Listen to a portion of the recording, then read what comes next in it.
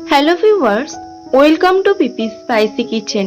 আজ আমি বানাবো দেশি মুরগির হালকা পাতলা ঝোল, যেটি বানানো ভীষণ সহজ এবং খেতেও হয় দারুণ।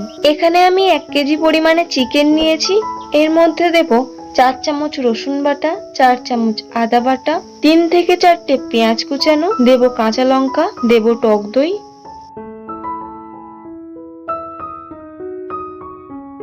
দেব 3 চামচ হলুদ গুঁড়ো, ঝাল হওয়ার জন্য দেব সামান্য একটু লঙ্কার গুঁড়ো, আর কালার হওয়ার জন্য দেব কাশ্মীরি লঙ্কার গুঁড়ো, দেব স্বাদ মতো লবণ, দেব সর্ষের তেল। এরপর সব মশলার সঙ্গে মাংসটাকে ভালো করে মাখিয়ে নেব।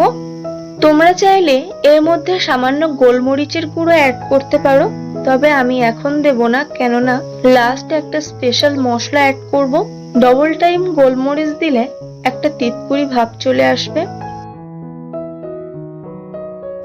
কড়াইতে সর্ষের তেল দিয়ে বড় বড় করে কেটে রাখা আলুটা ভেজে নেব হলুদ আর লবণ দিয়ে।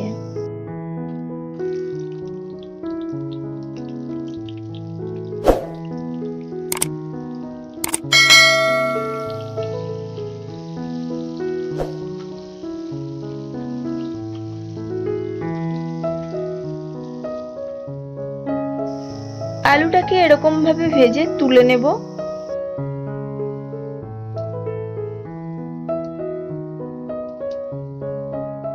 এরপর ওই তেলের মধ্যেই দেব 2টো তেজপাতা আর কিছুটা পেঁয়াজ কুচানো। পেঁয়াজটা একটু ভেজে নিয়ে ম্যারিনেট করা মাংসটা দিয়ে দেব।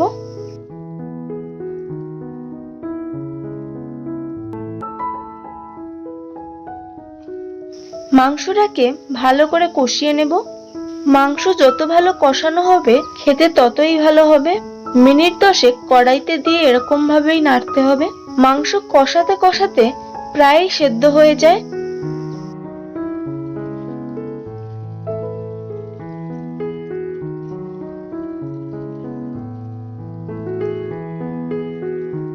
এরপর যখন দেখবে মাংস প্রায় সেদ্ধ হয়ে আসছে, তখন পরিমাণ মতো জল দিতে হবে। ম্যারিনেট করা মশলা ধোয়া জলটা দিয়ে দিলাম।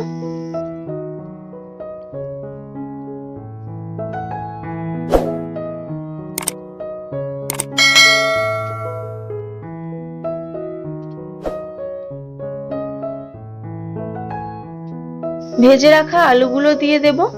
এরকম ভাবে 10 মিনিট ফুটতে দেব।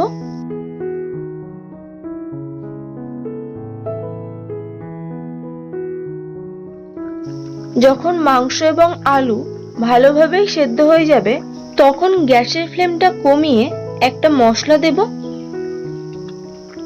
এই মশলাটা গোলমরিচ, এলাচ, লবঙ্গ এবং দারচিনি দিয়ে তৈরি করা হয়েছে বাড়িতেই। এবার একটু নেড়েচেড়ে নামিয়ে নেব।